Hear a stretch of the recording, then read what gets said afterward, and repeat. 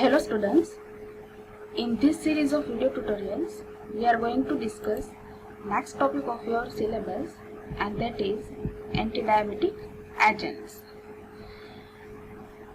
I told series of video tutorials because the whole topic of these antidiabetic agents will be covered in total 5 video tutorials.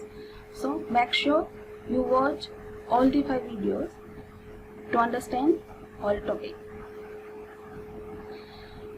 Before proceeding to antidiabetic agents, as we know, we have to understand what is diabetes, how it develops, what are its causes. So first we will see introduction to diabetes, then its types, then the role of insulin, and then antidiabetic drugs, in which major 2 classes are there: insulin preparations and oral hypoglycemic agents. So particularly in this video tutorial, we are going to discuss first topic, and that is introduction to diabetes.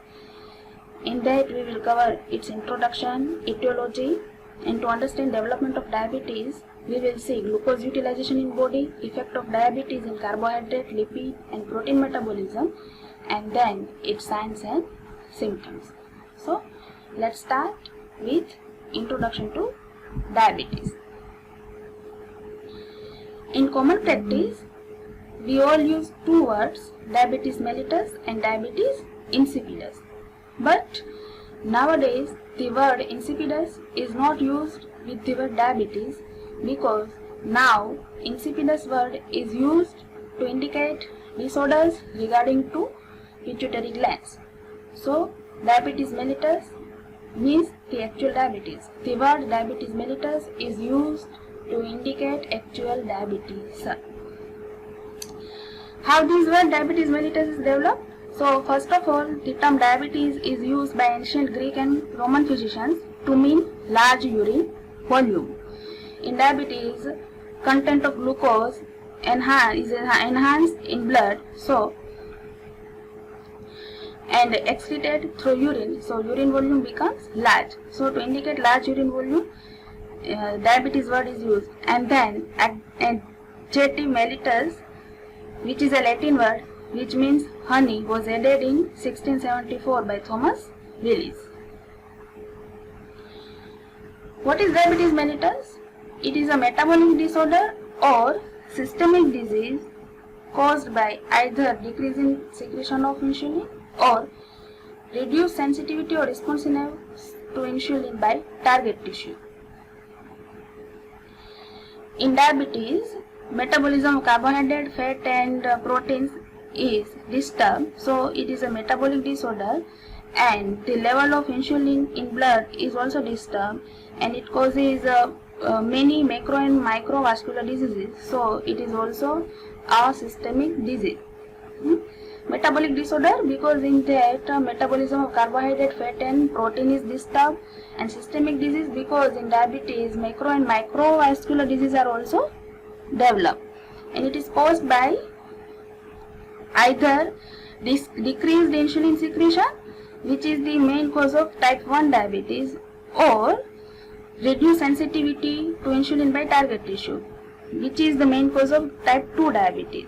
Means in type 1 diabetes, insulin secretion is reduced, and in type 2 diabetes, the insulin is secreted in sufficient amount, but its response, its sensitivity is reduced. Its amount is insufficient to act, but we cannot get its full sufficient action by target tissues.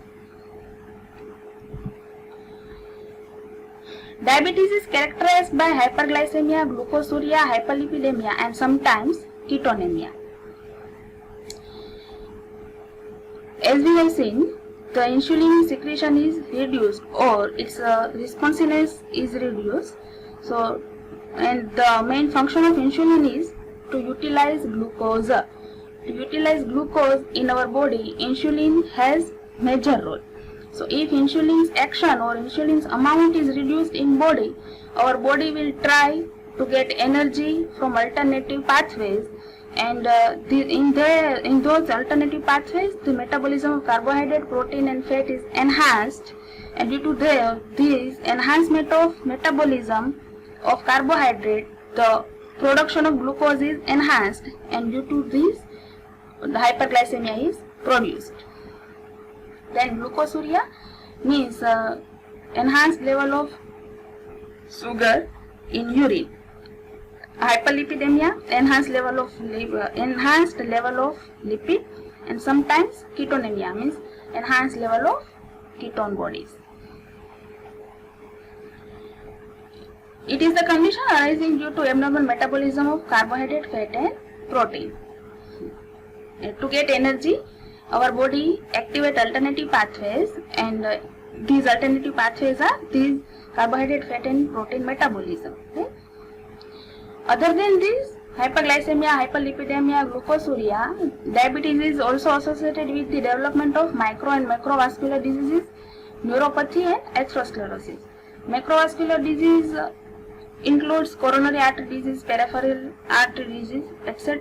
And microvascular disease includes neuropathy, retinopathy, etc. Neuropathy means one or more nerves in our body is damaged or dysfunction, and due to this numbness or tingling is produced. This is known as neuropathy. And atherosclerosis.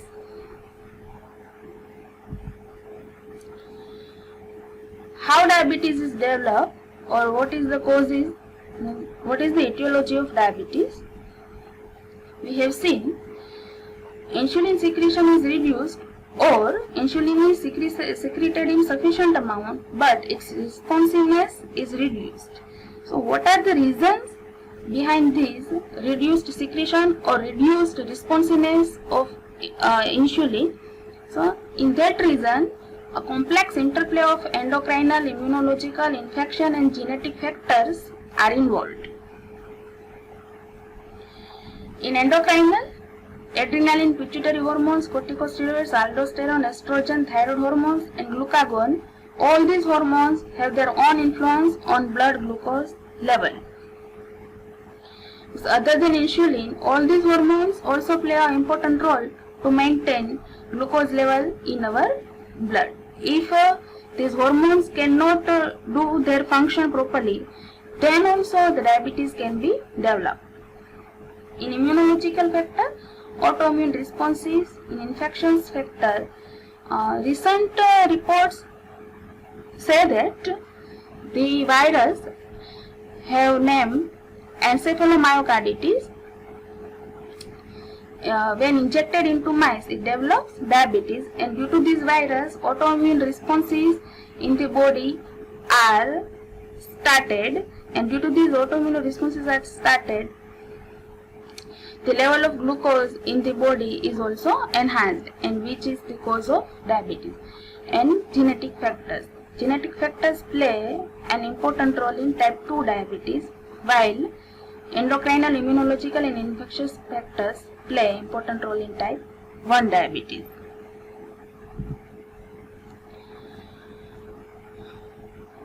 To understand glucose level, we will see glucose utilization in the body. In human, pancreas contains about 1 million of islets of Langerhans, which constitute about 1 to 2% of the pancreatic tissue.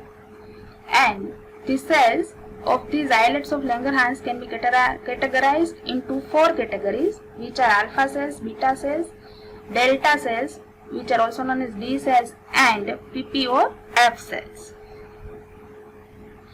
Alpha cells constitute 25% of islets of Langerhans, while beta cells constitute 60% of islets of Langerhans. Alpha cells are produced in outer cortex of islets of cells, while beta cells are present in medulla. Alpha cells secrete glucagon, while beta cells secrete insulin, delta cells secrete somatostatin, and PP or F cells secrete pancreatic polypeptide. PP for pancreatic polypeptide. Alpha cells secrete glucagon, beta cells secrete insulin, delta cells secrete insulin, somatostatin, and PP cells secrete pancreatic polypeptide. The function of glucagon is to convert glycogen to glucose, while the function of insulin is to utilize glucose, means to convert glucose to glycogen. And the function of somatostatin is to inhibit the release of both insulin and glucagon whenever it is necessary. Okay? And these delta cells other than somatostatin also secrete gastrin.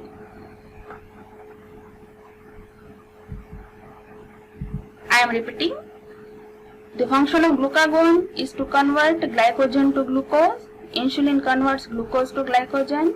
Somatostatin inhibits release of both insulin and glucagon.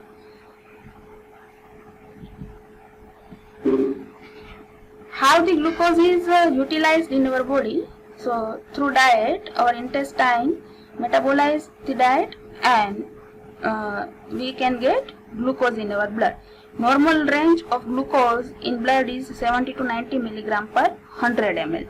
And from this glucose, our brain, fat, muscles and other tissues get energy by utilizing the glucose.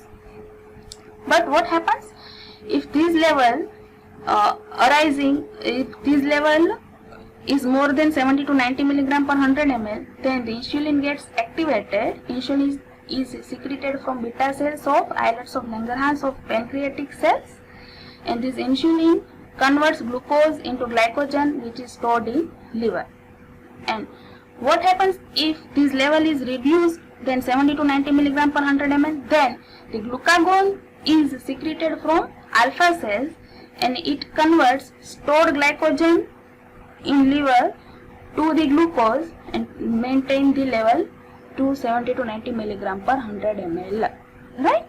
Means when the level of glucose is enhanced, insulin is activated, which converts glucose to glycogen and glycogen is stored in liver.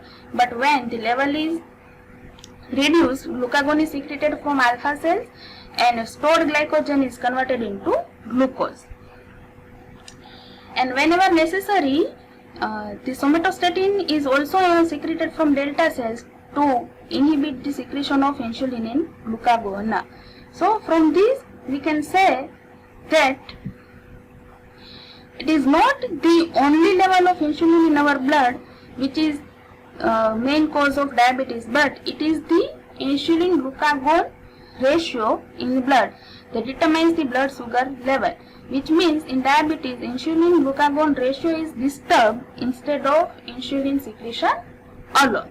Means insulin is not the only factor to cause diabetes. Actually in diabetes insulin glucagon ratio is disturbed, and because of that blood sugar level is disturbed, and because of that diabetes is developed.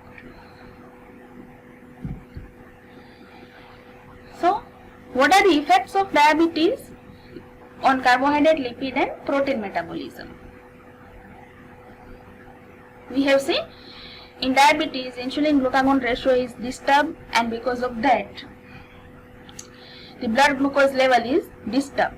Means the blood glucose level cannot reach to 70 to 90 milligram per 100 ml, and to meet energy, to get energy, our body enhanced alternative pathways to get energy. And which are these alternative pathways? Which means conversion of liver glycogen to glucose, conversion of fatty substances to glucose, and conversion of proteins to glucose. Means carbohydrate metabolism is enhanced, and due to this metabolism the more glucose is produced, and this more glucose, which means hyperglycemia and glucosuria. Hyperglycemia means enhanced level of glucose in blood, and glucosuria means enhanced level of glucose in urine. Enhanced metabolism of fatty substances results in ketosis. By metabolism of fatty substances, ketone bodies are produced, and enhanced level of ketone bodies produces ketosis. And conversion of proteins to glucose produces ketoacidosis, means enhanced level of ketone acids. So we can say that due to all this process, which will be the sign and symptom of diabetes, means weight loss, extreme tiredness, increased hunger, excessive thirst, frequent urination, neuropathy means tingling in numbness, blurred vision, unhealed wound, and urine attracting ants. In medical terms, hyperglycemia, hyperlipidemia, glucosuria, polyuria, means loss of water and salt. Polydipsia means increase in thirst. Polyphagia means excessive hunger. Ketonemia means ketone bodies and fatty acids in blood. Ketonuria means ketone bodies in urine. Azoturia means increased production and excretion of urea and ammonia, and poor wound healing and infection due to immunological disturbances. And in extreme cases, if diabetes is not treated properly, then in extreme cases, the kidney damage, retinal degeneration, premature atherosclerosis, cataract, heart disease, neurological dysfunction and predisposition of gangrene is also produced in diabetes. Neurological dysfunction means CNS disorders, and predisposition to gangrene means diabetes makes the patient liable to gangrene, more prone to gangrene. So today we have seen all the basic information about diabetes, and next video tutorial we will discuss about types of diabetes. Thank you.